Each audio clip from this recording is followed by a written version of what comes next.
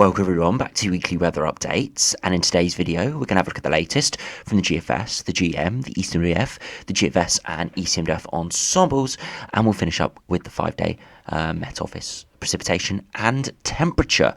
Now, over the last couple of videos we've had a look at the possibility of seeing maybe northerly winds next week. Very similar to most of this winter, the models have backed off, and I know a lot of people have been in the comments saying no way this is going to be happening, but I've said throughout this winter that we have to believe the models, and I know so far they have backed off quite a lot, and I know a lot of people have been asking when will winter really arrive, and we'll have a look at the models today and you'll see they're all still hinting at the possibility of proper wintry weather at some point over the next few weeks. But it's just getting really frustrating now that whenever it gets into sort of the 5-day time frame, the models flip and they just completely disregard the colder scenarios they'd had for the last 3 or 4 days. So we'll run through the models and we'll have a look at what they're showing at the moment. And I know a lot of people will be thinking, don't believe them for a second, because so far this winter, anything outside of the 5-day time frame has truly been terrible. But eventually, I think we will see winter arrive. Whether it's in the next couple of weeks, whether it's in February, or whether we see wintry weather in early spring, I do believe it will arrive at some point, and I'll explain why throughout this video. So if we have a look at the latest GFS, you can see we have high pressure over the top of the UK, and it's bringing a lot of frosty, cold weather in the south. However, it's also been very sunny, where we've seen fog lift. However, under the fog though, really cold. In the sunshine though, temperatures getting up to around average. However, further northwards, a bit of reverse what we've had recently, where the northwards have been colder and the milder air has been southwards. It's, as I said, reversed. In the north, milder, temperatures around 10 degrees, a lot of cloud, murky conditions and some drizzle, and that's going to be continuing over the next couple of days. The fog and frost in the south is likely to increase though as the inversion strengthens, so although today might be a really nice day, some areas tomorrow, Friday and Saturday may get stuck under some stubborn cloud, which will make it feel really quite miserable and cold. So we do continue to see the high pressure doesn't go anywhere really. However, as we head towards Sunday, you see the high pressure eventually moves away and we see a bit of a low pressure system move in, and this is where we thought we could see northerly winds, and the whole northerly wind pattern was about the amplification of the jet stream, and it all depended on what happens to this low coming out of northeast Canada. You can see quite a vigorous low pressure system. Look at the upper air temperatures, real cold conditions on its west, real mild conditions on its east, and it's all this energy is going to be pumped into the jet stream, and what the models were deciphering is whether all this momentum coming out of this low pressure system was going to go eastwards, or was it going to go northwards, or was it going to go a bit of both? And it ended up going a bit of both. If it had just gone straight eastwards, we'd be having more of a flat jet stream, which what some of the models were showing a few days ago. If it amplified northwards, we would be seeing exactly what the GFS and the GEM have been showing over the last couple of days, with cold northerly winds as this high pressure is pushed towards Greenland. But as we'll see, it's in between. We see a bit of a northwesterly phase. We do see maybe some cold air flirting with the far northeast, but generally all that cold air goes into Scandinavia because we have more of a easterly momentum with the jet stream. Another scenario where a couple of days ago, that's sort of the 5 to 7 day time frame, we were thinking decent chance of cold. Potentially even prolonged cold on some of the GFS runs, but as ever, as soon as we get into the 5-day time frame, it has flipped. Now, beyond that, we stay with high pressure, and we actually see this pattern repeat. So now the GFS is showing us quite a potent northerly wind in about a week's time, exactly what it was doing a couple days ago. So I don't really know what to believe out this stage. It hasn't got that much support within the ensembles or the other models, but I mean, we have to show it, but I would doubt that it's going to come off. And we just continue under higher pressure, with it trying to ridge northwards at times, and right towards the end of the run, we do see some more amplification, see some really cold air masses push through, and we do generally actually go into quite a cold spell. Even though there is milder air above us at the end, we have quite a big North Atlantic to Greenland high pressure system, and we have generally northerly or northeasterly winds. So GFS going quite cold in the longer term. As I said at the start of the video, GFS continues to show cold weather from around day 7 to day 14, but it never makes its way into sort of the 5-day time frame. Always at that day 5 to day 7 range, it slowly is squeezed out of the model. So once again, another classic scenario we've had this winter where cold weather we've been on the cusp of colder weather, and it within the 5-day time frame has dissipated. Now, the reason why we've been seeing this, or at least the reason why I think we have been seeing this, as I've said throughout the winter, we've had different climate drivers battling against each other. The atmosphere is generally set up for a colder winter.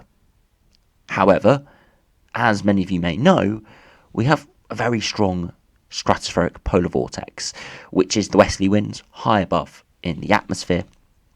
And I've covered it in quite a lot of detail over the last few months, especially the winter look-aheads. And I did do a video on it about a week or two ago, a potential warming in it. And the reason why I made that video is because those westerly winds up in the stratosphere have sort of been pushing more westerly momentum, not allowing blocks to develop into the UK, bringing colder conditions, and a brief warming could have just toppled that for a period of time, but in the end it hasn't made a lot of difference, unfortunately. And this is what we're seeing those blocks in the longer term, those cold climate drivers trying to turn things colder, more blocked, more stagnant, and that's why we've seen a lot of high pressure around. So we've got those highs trying to push northwards, but that westerly momentum from the jet stream is just toppling it and just not quite allowing it to develop. One thing very interesting, if you have a look back at the December pressure anomalies, if you looked at that in October and said those are the pressure anomalies for December, you'd have taken that and said that's going to be a cold month, because it was high pressure in the middle of the Atlantic towards Greenland and low pressure out towards Scandinavia. But as we saw with December, it never quite came off. And that's just the story of the winter so far. We've been so close, but at the same time, so far, and it looks like it's going to be continuing. But I do genuinely believe that not only the models will eventually show some colder weather in the shorter time frame, statistically it's very likely that some colder weather does come off eventually, because of the sort of patterns we have at the moment, the blocking, amplification of the jet stream. Eventually it will come off, but it's just so frustrating how we've had a lot of false hope recently. And if we do have a look at the GM, we'll see how it sort of couples up with the GFS run. Again, that northerly wind just doesn't come off. Never get that northerly momentum. The high pressure system, it's hundreds, thousands of miles further southwards. About 1,000 miles further southwards than some of the runs were showing a few days ago. And beyond that, we just stay with those high pressure systems.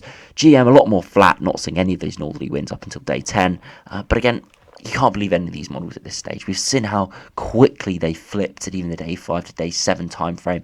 And because things are such fine margins, as I said, it's all about that momentum coming out of Canada and America, we can't believe anything these are showing beyond day 7. Of course, they can show trends. They can show when ridging's trying to occurring, like the GFS showing in the longer term.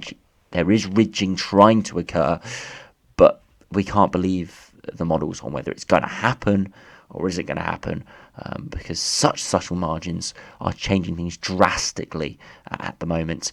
And as I've said recently, we've just got to keep an eye on what happens. And unfortunately, forecasting and predicting this winter has been really, really frustrating. Nothing has fallen into sort of the normal patterns.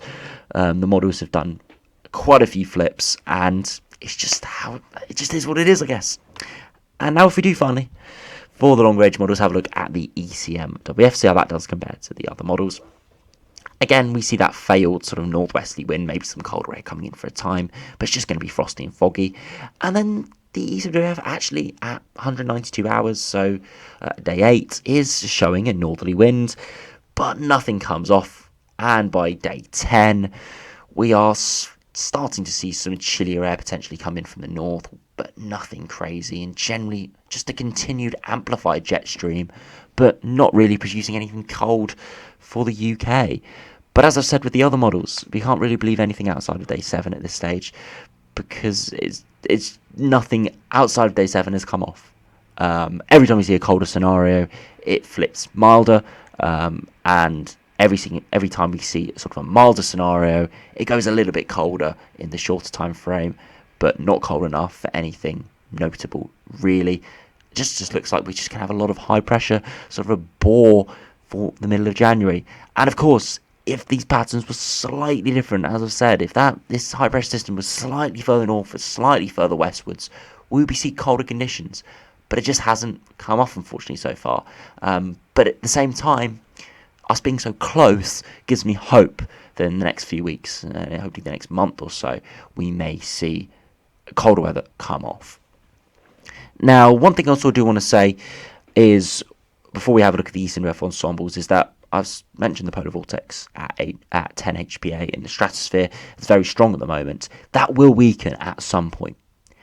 And if these blocking patterns we're seeing at the moment do hang around for the next few weeks, next month or so, eventually those stratospheric winds will die down and the blocking patterns will prevail. So that's one other thing that's boosting my confidence that we will see cold weather at some point.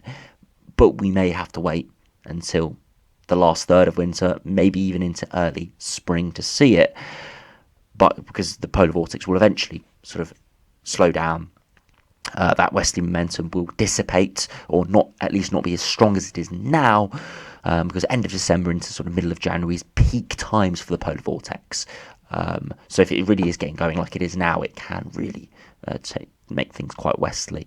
And then at that point, if those westerly momentum does slow down, we could see significant amplification, and these blocking patterns actually come off. But we'll have to wait and see if that does happen near the time. But it's just maybe a glimmer of hope later for later in the winter. Now, if we do have a look at the ECMWF Ensembles, which again show the anomalies, pressure anomalies, you can see at day 5 the control operational run, 35.3%. You can see the top 3 scenarios are all very similar, which is around 90% of the ensembles now, which is that low pressure system is going to move into Scandinavia, bringing its cold air into Scandinavia, not towards the UK. You can still see 7 or 13.7% still of that cold air heading into the UK. Bitterly cold northerly winds would be with that. And that's what we were seeing a couple of days ago. But those odds have dramatically diminished. And if we did see a flip back to those colder northerly winds within the models, I would be astonished.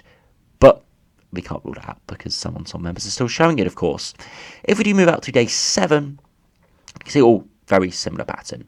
We got all the top runs, as I said again, 90% of the runs showing high pressure over to the north and west of the UK, are generally a bit of a northeasterly flow, but still within milder air with that colder air and those blues towards Scandinavia, Eastern Europe. And of course we have the 7 runs, the same 7 that at day 5 are showing bitterly cold northerly winds, showing bitterly cold northeasterly winds with that colder air mass in the southeast heading into the UK. Would be a lot of snow showers around with that, but as I've said, it is a very big minority option at this stage, and all the operational runs, as we've seen, have backed off from it.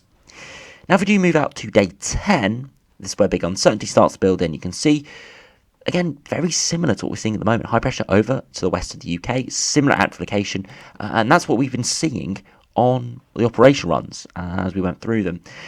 All showing something similar, all different maybe amounts of amplification. You can see these last 13 at the top right here showing more of a northeasterly wind that would be slightly colder. Another 8 showing again more of a northeasterly wind with those reds and oranges further northwards. More amplification, more likely to see a direct northerly or northeasterly. And if you add those up, it's about a 40% chance of seeing that. So 40% at day 10 have more of an amplified jet stream, colder conditions.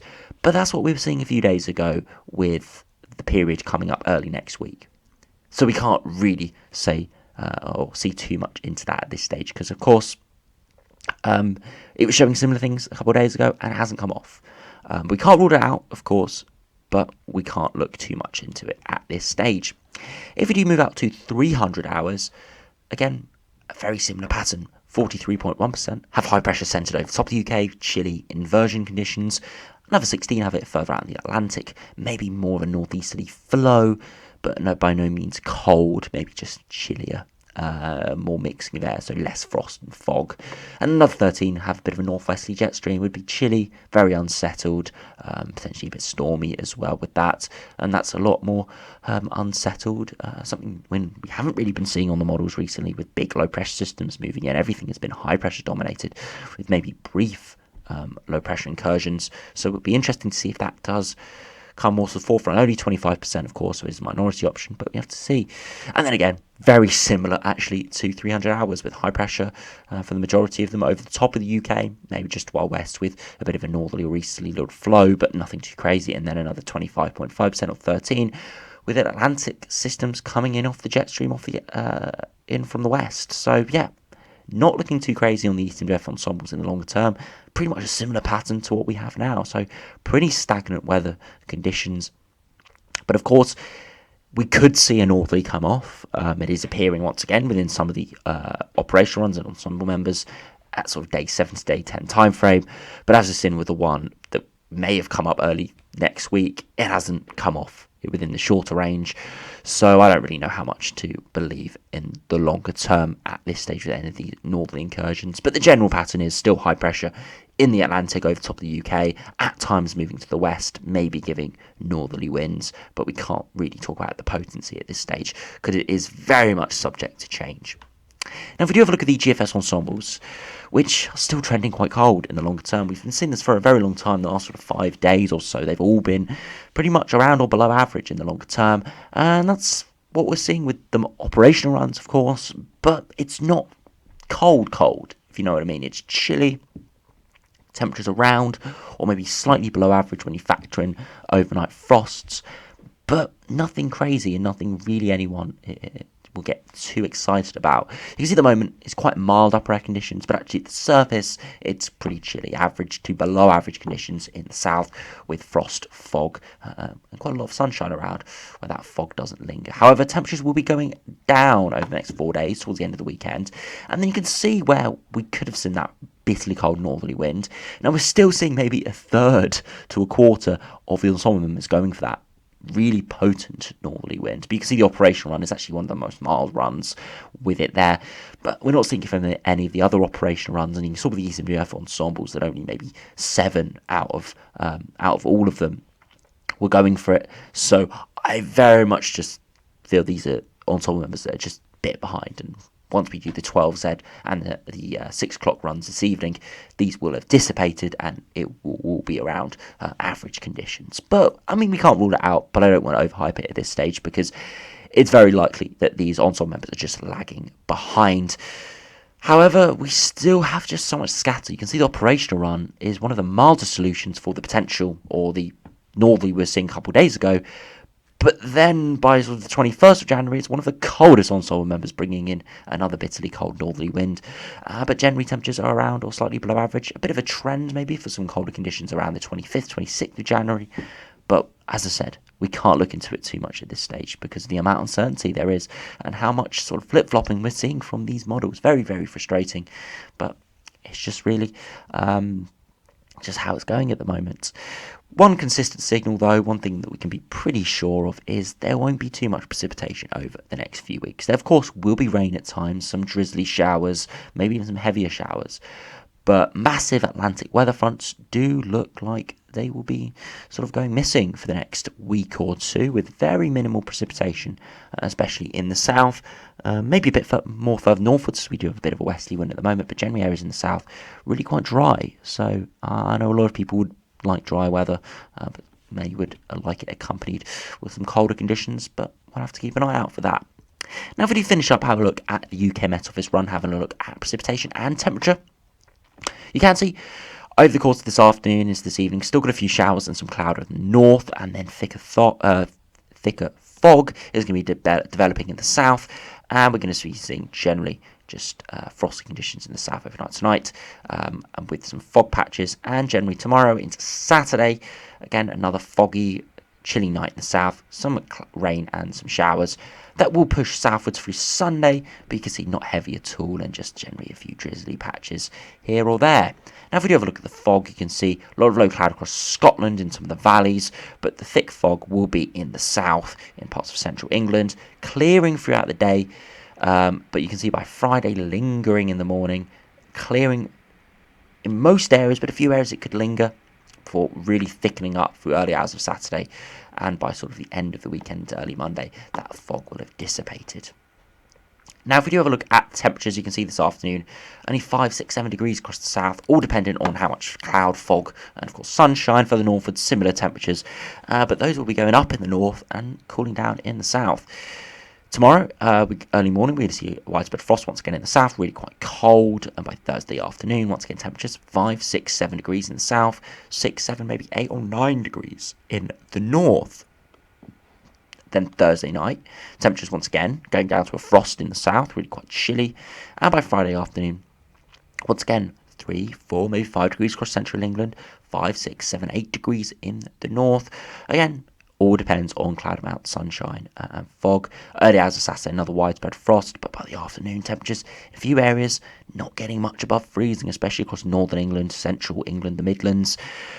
Maybe some areas getting to 6 or 7 degrees, but that's where we have sunshine. And then through Sunday, widely areas rising in temperatures as we do have some thicker cloud and a small low pressure system moving through, but as we saw with the precipitation, not bringing anything too crazy. And then by early Monday, still maybe a frost in the south. So quite a few frosts coming up, especially for central southern England, parts of Wales and Republic of Ireland. Chilly days, but nothing too remarkable. Could be very cold under some fog, but at this stage that doesn't look like it will be majorly widespread. We don't have a fog warning in force for tomorrow either, so still will be patches around, so do keep an eye out for that. So nothing too major in terms of wintry weather over the next few days or the next week. Of course, will be frost and colder conditions, but that's not too unusual for this time of year. And we're still waiting to see if winter will properly arrive at some point. I do believe it will, but whether it arrives in the next week or two, in February, or early spring, sort of March or even April time, I do think it will arrive. But unfortunately, it's just a waiting game, I think, for us at the moment. So anyway, thanks for watching. Hope you enjoyed. Subscribe if you're new, and I'll see you again for another video soon.